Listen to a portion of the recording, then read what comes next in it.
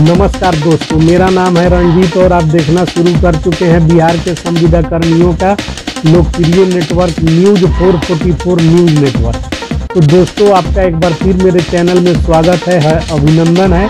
तो दोस्तों, आज एक छोटी सी नॉलेजेबल वीडियो हम रिकॉर्ड कर रहे हैं जिसमें आपको बहुत महत्वपूर्ण जानकारी दी गई है, जिसका लाभ आपके साथ साथ देश के अन्य भी बहुत सारे जो बेरोजगार नवयुवक वर्ग के लोग हैं वे उठा सकते हैं।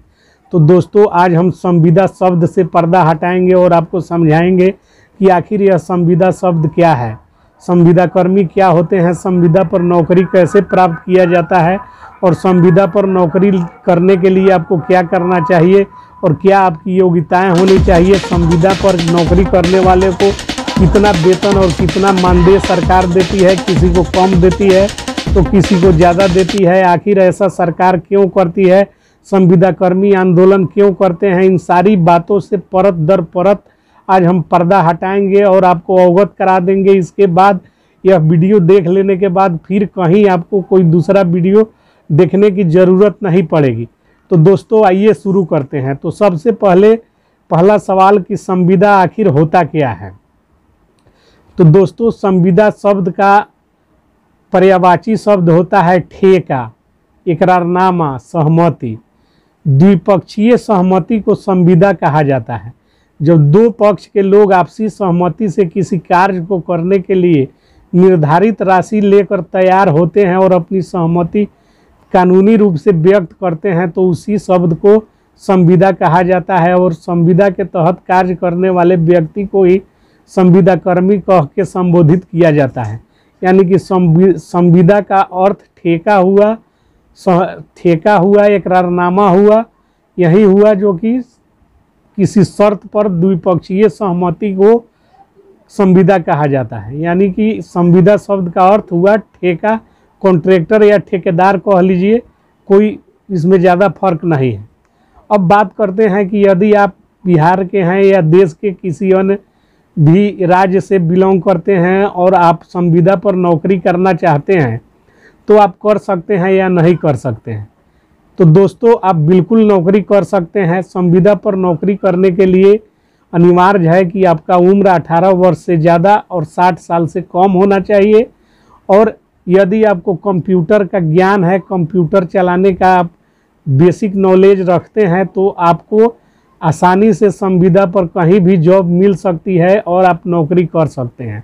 क्योंकि जो है कि बिहार सरकार जो है ऐसे लोगों की तलाश में और देश की अन्य भी राज्यों की सरकारें ऐसे लोगों, बेरोजगार लोगों की तलाश लगी रहती है जिनके पास कंप्यूटर का बेसिक नॉलेज हो तथा जो 12वीं पास से ऊपर या 12वीं पास कम से कम कर चुके हों, उनको जो है कि संविदा पर नौकरी लेने में कोई परेशानी नहीं होती है।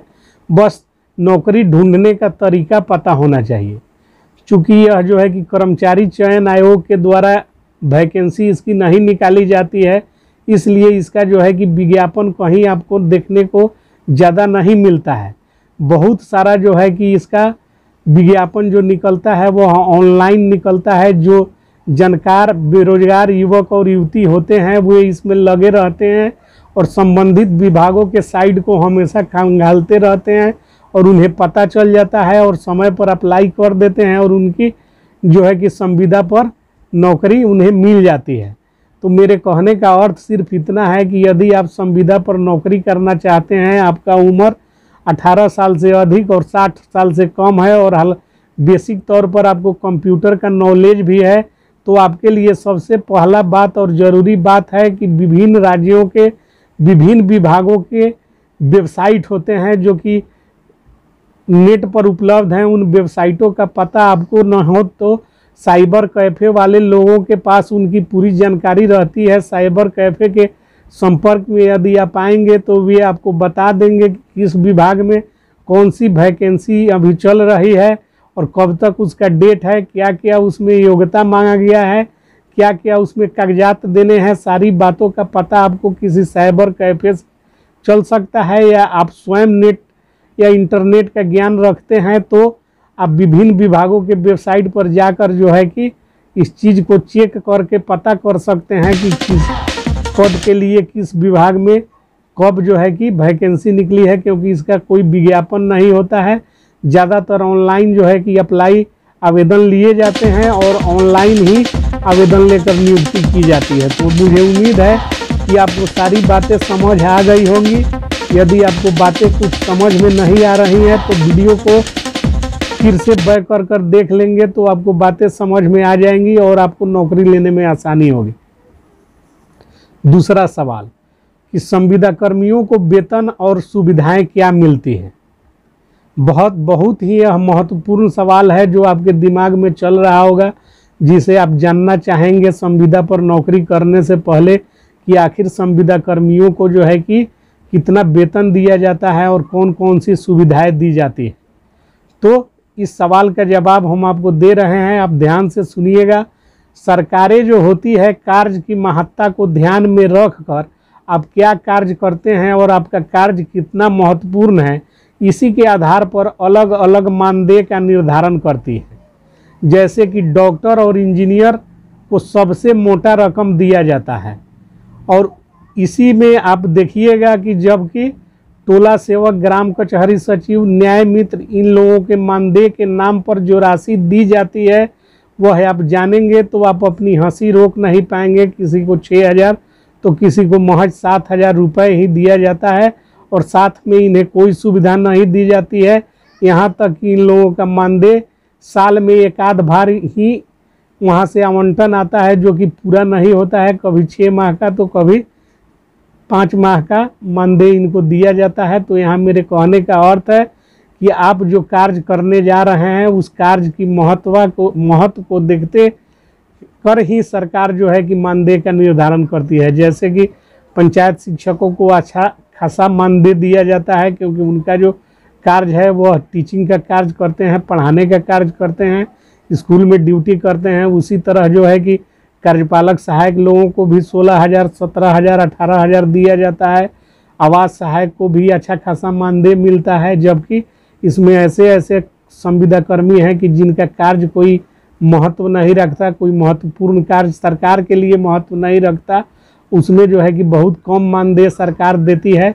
तो यह आपके नॉलेज के ऊपर कि आप किस पद के लिए अप्लाई कर रहे हैं, आवेदन कर रहे हैं। मेरे कहने का अर्थ है कि अलग अलग पद के लिए अलग अलग जो है कि मानदेय सरकार देती है। मुझे उम्मीद है कि आपको यह बात समझ में आ चुकी होगी। आगे बढ़ते हैं। हाँ, एक चीज़ और मैं यहाँ बताना चाहूँगा कि सरकार जो है संविदा कर्मियों के नियोजन में भी आरक्षण का पालन करवाती है, जो समझ से परे है।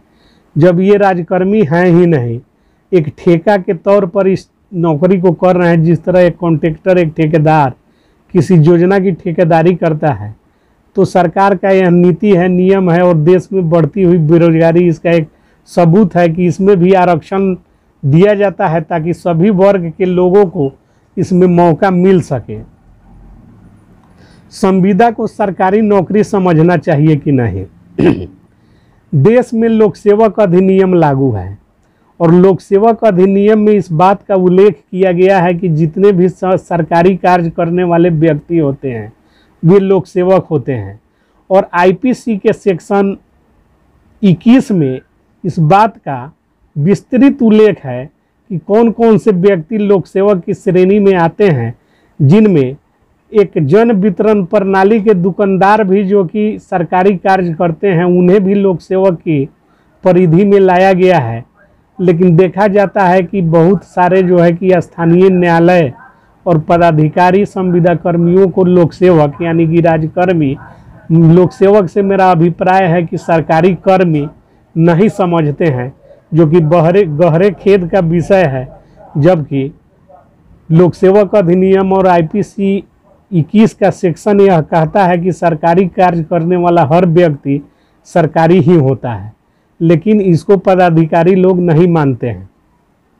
तो मुझे उम्मीद है कि संविदा से संबंधित आपको सारा जो है कि नॉलेज मिल गया होगा कि संविदा पर नौकरी कैसे करें, संविदा पर वेतन कितना मिलता है, संविदा के लिए क्या योग्यता होनी चाहिए, और सारी बातें जो है कि आपको समझ आ गई होंगी। यदि इसके बाद भी आपका कोई सवाल है जो आप हमसे करना चाहते हैं संविदा के बारे में कुछ समझना चाहते हैं तो कमेंट बॉक्स में आप अपना सवाल टाइप कीजिए। हम आपके सवाल का जवाब देने के लिए फिर दूसरा वीडियो रिकॉर्ड कर देंगे और आपके सारे सवालों का जवाब आपको देने का प्रयास करेंगे। तो अभी तक आपने मेरे चैनल को सब्सक्राइब नहीं किया है, वीडियो को लाइक नहीं किया है, शेयर नहीं किया है, तो ज़्यादा से ज़्यादा वीडियो को लाइक कीजिए, शेयर कीजिए और चैनल को सब्सक्राइब कीजिए, क्योंकि हम ऐसे ही वीडियो हमेशा लाते रहते हैं। तो मिलते हैं अगली वीडियो में, तब तक के लिए जय हिंद, जय भारत, जय संविदा, जय बिहार।